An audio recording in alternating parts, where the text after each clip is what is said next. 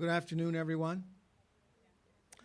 On behalf of the University of Pittsburgh School of Social Work, I would like to welcome everyone to the Raymond R. Webb Jr. Lecture. The School of Social Work and community were saddened by the loss of an outstanding alumni in 2006. Ray Webb was an advocate and practitioner of community mental health. He directed Allegheny East Mental Health Retardation Center from 1969 until he left in 1989 to take the helm of the Pennsylvania Community Providers Association. His work and leadership were recognized in 1980 when the National Association of Social Workers Southwestern Pennsylvania chapter recognized him as its Social Worker of the Year. And the School of Social Work selected him as its Distinguished Alumni Practitioner that same year. In addition, for many years, Ray chaired the school's Alumni Society and lent his knowledge and skills to the school's administrators, faculty, and students. We memorialize Ray's contributions to our field. The contributions were made by Mimi Preslak, Mel Haber, Jim Gavin. Jim Gavin is president of Community Care Behavioral Health Organization. They have partnered with the School of Social Work to create the Raymond R. Webb Jr. Endowment Fund. This fund will provide financial support for graduate students in the School of Social Work who are pursuing careers in public welfare. In addition, it supports this lecture, which is also designed to celebrate Webb's spirit. Here today to introduce our lecturer is Associate Professor, what's your name now? Professor Danny Rosen. Thanks, Dan. Good afternoon. Dorothy Van Soest, PhD and MSW, is a professor and former dean of the University of Washington School of Social Work in Seattle, with over 30 years' experience as a social work teacher, researcher, author, and administrator. Her publications, as you expect, include numerous articles and several academic books, including one entitled Diversity, Education for Social Justice, Mastering Teaching Skills. But what's very interesting to learn about her is that she's also a novelist. And she has one novel that is out already, which is called Sheila's Trifecta.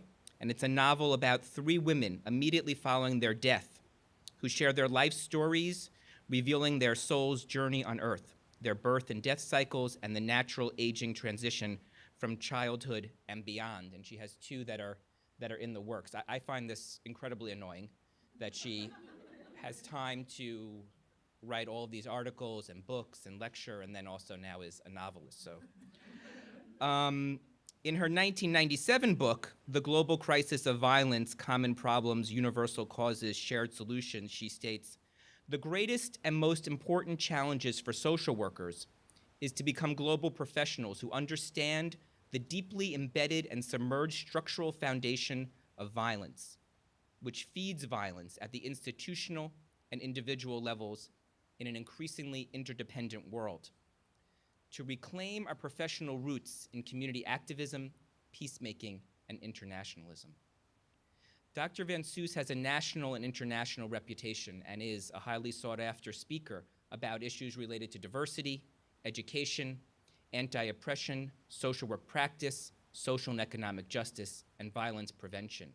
We're fortunate to have her here today to discuss her talk, Confronting Our Fears and Finding Hope in Difficult Times, Social Work as a Force for Social Justice. Please join me in welcoming Dr. Van Soest.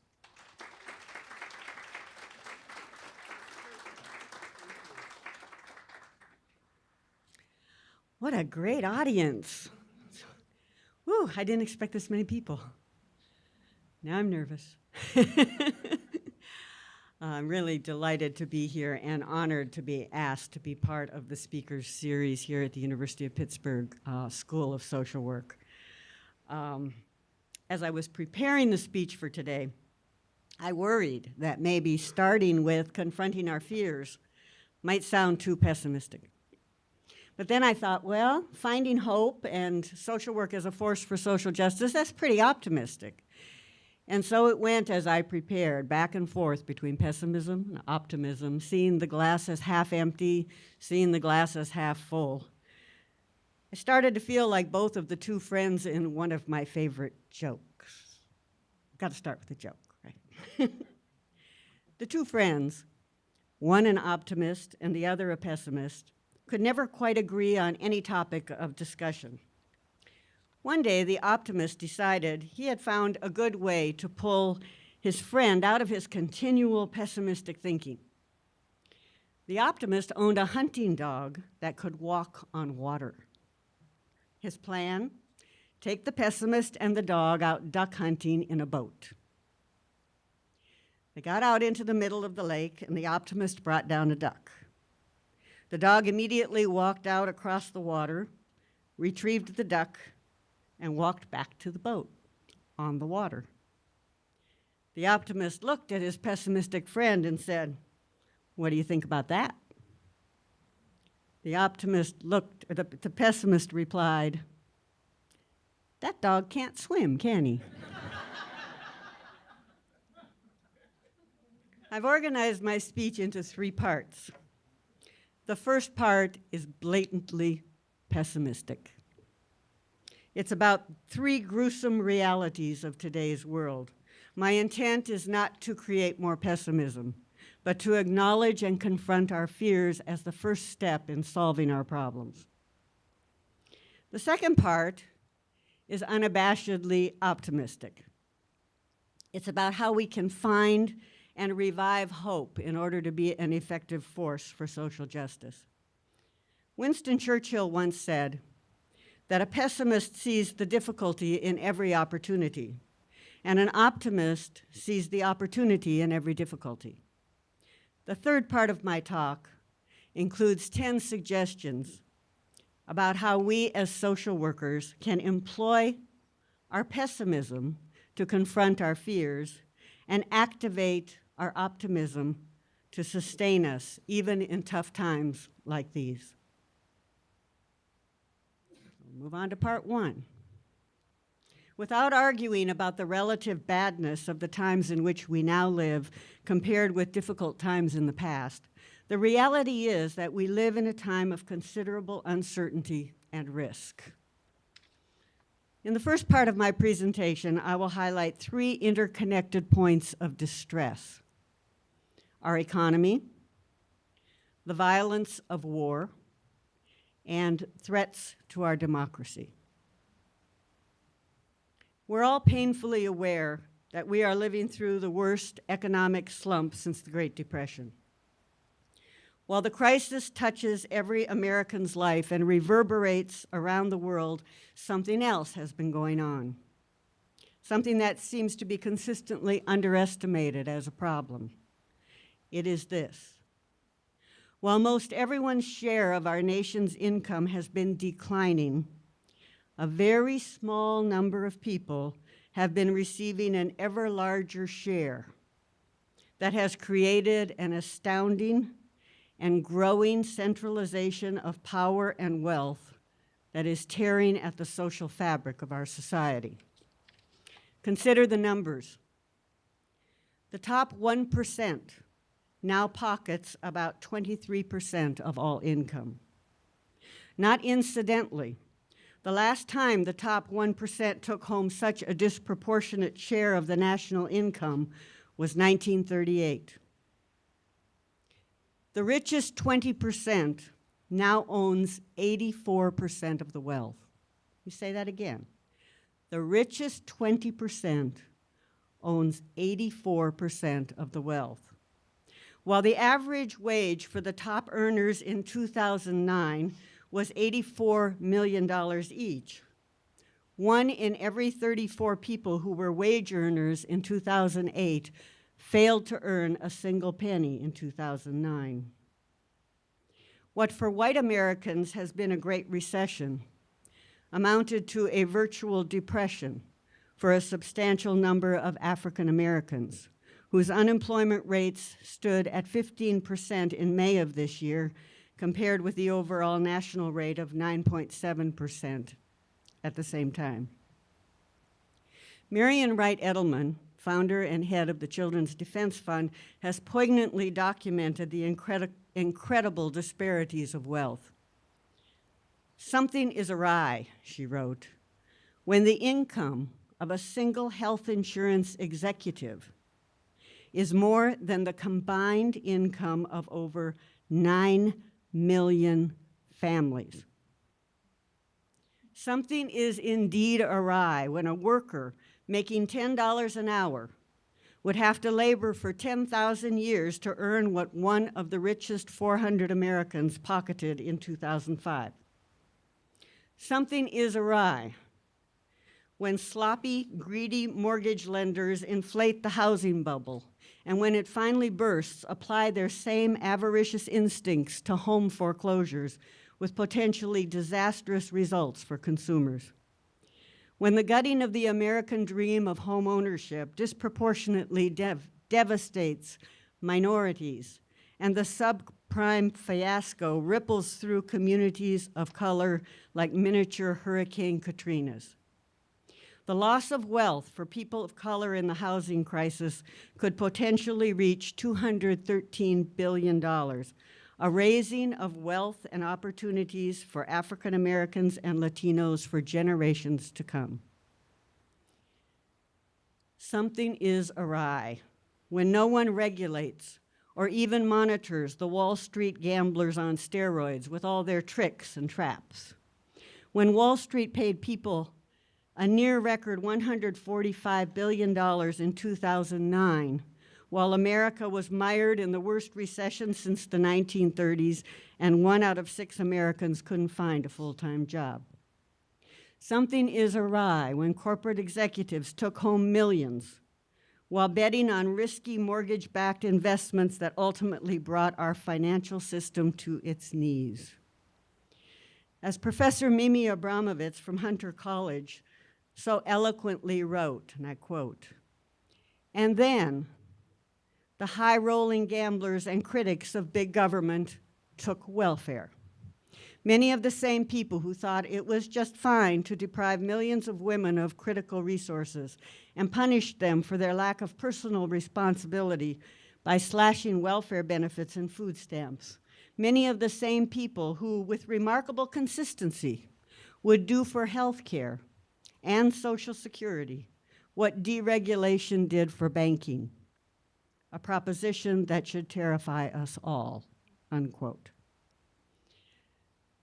Take a deep breath with me for a minute. There's one more thing to be said about economic inequality, and that is that the people at the top pay less in taxes compared to everyone else. The effective federal income tax rate for the 400 taxpayers with the very highest incomes declined by nearly half in just over a decade, even as their pre-tax incomes grew 5 times larger. Some of the same people who say we have to make deep cuts in public services and not do any more to help the ailing economy seem eager to cut checks averaging $3 million each to the richest 120,000 people in the country by making all of Bush's tax cuts, not just those for the middle class, permanent. That would cost the federal government $680 billion in revenue over the next 10 years, nearly all of which would go to the richest 1% of Americans, the majority of it to the richest 1/10 of 1%. Economist Paul Krugman is right to ask, when Congress won't take action to revive the economy, pleads poverty when it comes to protecting the jobs of school teachers and firefighters, will it declare that cost is no object when it comes to sparing the already wealthy even the slightest inconvenience? If it does, it will be hard not to lose faith in America's future," unquote. We didn't get into this situation of such incredible economic inequality overnight. Structural changes in the economy have bestowed fabulous wealth on a tiny sliver at the top, while undermining the living standards of the middle class and absolutely crushing the poor. It took decades of increasing privatization and deregulation, shredding of the safety net, demonizing of unions, eliminating employment training and jobs programs, skyrocketing higher education costs, and deterioration of the national infrastructure. Not that there wasn't plenty of growth at the same time. There was. But the economic benefits went overwhelmingly and unfairly to those already at the top. Yet, while they cry out for solutions to our economic problems, many Americans grossly underestimate how much inequality our economy produces. Maybe that's why we don't hear much about how such injustice is tearing at the social fabric of our society. But instead, we hear that unemployment benefits shouldn't be extended because the jobless are spoiled and that there are plenty of jobs for those who are willing to work, as if the unemployed are merely more welfare queens. That government is too big, and we need more of the wonders of the unregulated free market that got us into this mess in the first place. That we have to cut Medicare and Medicaid and Social Security. Even though, in case you don't know, you probably do, Social Security has a $2.3 trillion surplus. There's enough there to last us through the 2040s and beyond. It didn't cause the deficit, and cutting Social Security will not help the deficit. And so it goes. What we really need to do is risk the wrath of those with wealth and power and stop the redistribution of wealth upward, instead of whacking the average wage earner, the middle class, the poor, the old folks. As Robert Reich, in his new book, Aftershock, explains, we came to this great recession because we did not learn the larger lesson of